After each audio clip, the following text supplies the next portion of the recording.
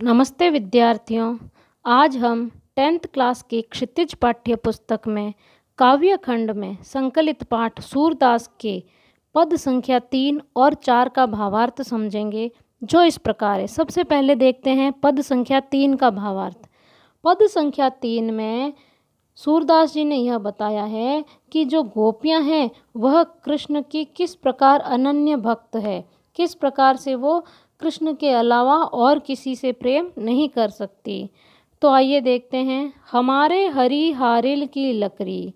गोपियां उद्धव से कहती है कि हे उद्धव, हमारे जो हरि है अर्थात हमारे जो श्री कृष्ण हैं वह तो हारिल पक्षी की लकड़ी के समान है। जिस प्रकार एक हारिल नाम का पक्षी होता है जो हर समय अपने पंजों में एक लकड़ी पकड़ कर रखता है और उसी के लकड़ी के आधार पर ही वह उड़ पाता है। अगर उसके पंजों में वह लकड़ी नहीं पकड़ी हुई हो तो वह उड़ नहीं पाता है। तो उसी प्रकार हमारे श्री कृष्ण भी हारिल की लकड़ी अर्थात हमारे अंदर श्री कृष्ण का के प्रति जो प्रेम भाव है उसी के कारण हम जीवित है। आगे देखते हैं। मन क्रम वचन नंद नंदन उर यह दृढ़ करी पकड़ी। इसलिए हमने मन, क्रम का अर्थ कर्म, और वचन से नंद के जो नंदन है, बाबा नंद के जो पुत्र है अर्थात श्री कृष्ण है, उनको हमने उर का अर्थ हृदय में, यह दृढ़, इसको इतनी दृढ़ता से पकड़ रखा है। हमने श्री कृष्ण को जो है मन, कर्म और वचन से अपने हृदय में दृढ़ता पूर्वक पकड़ा हुआ है। अर्थात हमारे हृदय में श्री कृष्ण का वास है, उसके अलावा और किसी का वास नहीं हो सकता।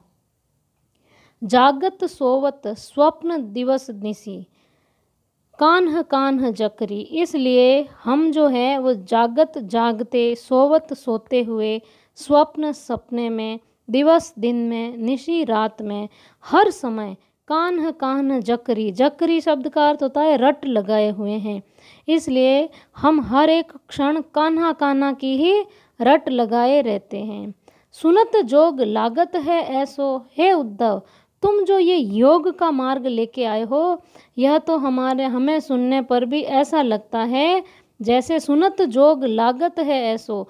तुम्हारी ये योग की बातें सुनकर हमें ऐसा लगता है ज्यों करुई ककरी। करुई का अर्थ होता है कड़वी, ककरी शब्द का अर्थ होता है ककड़ी। तो जिस प्रकार कड़वी ककड़ी होती है जिसको कोई भी व्यक्ति नहीं खा सकता, तो आपका ये योग संदेश भी हमें उस कड़वी ककड़ी के समान ही लगता है। सू तो व्याधि हमको ले आए। सू तो तुम जो, व्याधि का अर्थ बीमारी, हमको हमारे लिए लेकर आए। हे उद्धव, तुम जो ये योग नामक बीमारी हमारे लिए लेकर आए, देखी सुनी न करी। हमने तो ऐसी बीमारी न देखी है, न सुनी है, न इसके बारे में कभी हमने उपचार किया है। यह तो सूर तिन ही ले सौंपो। सूरदास जी यहाँ कहते हैं कि गोपियाँ उद्धव से कहती है कि यह तो उन्हीं को सौंपो, तिन ही ले सौंपो। तिन ही मतलब उनको ही ये सौंपो, उनको ही ये योग का मार्ग दिखाओ जिनके मन चक्री, जिनका मन भ्रम में पड़ा हुआ है, चक्री है, जिनका मन एक ईश्वर में नहीं लगता है। ऐसे लोगों को यह योग का मार्ग बताओ। हम तो श्री कृष्ण का प्रेम मार्ग अपनाए हुए हैं। चौथा पद देखते हैं। चौथे पद में गोपियां व्यंग्य करते हुए कहती है, हरि है राजनीति पड़ी आए। हरि का अर्थ ईश्वर या श्री कृष्ण के लिए आया है। हे उद्धव, श्री कृष्ण ने अब राजनीति पढ़ ली है। समझी बात कहत मधुकर के। यह बात हमने, मधुकर शब्द का अर्थ भौरा होता है, यहाँ उद्धव के लिए आया है। समझी बात कहत मधुकर के, हमने यह बात उद्धव की बातें सुनकर समझ ली है। समाचार सब पाए, और हमने वो सारे समाचार प्राप्त कर लिए हैं जो उद्धव के माध्यम से श्री कृष्ण ने हमारे लिए भेजे हैं। एक अति चतुर हुते पहले ही। एक का अर्थ एक, अति चतुर, बहुत चतुर, हुते थे, पहले ही। यहाँ श्री कृष्ण के लिए गोपियाँ कह रही है कि श्री कृष्ण तो पहले से ही बहुत चतुर थे। अब गुरु ग्रंथ पढ़ाए, और अब तो उन्होंने बड़े ग्रंथ पढ़ लिए, अर्थात उन्होंने तो राजनीति सीख ली है। बड़ी बुद्धि जानी जो उनकी, बड़ी बुद्धि, बुद्धि और अधिक बढ़ गई, पहले से ही वो चतुर थे और उनकी बुद्धि और अधिक तेज हो गई है। जानी जो उनकी, हम यह जान गए हैं कि उनकी बुद्धि और अधिक तेज हो गई है।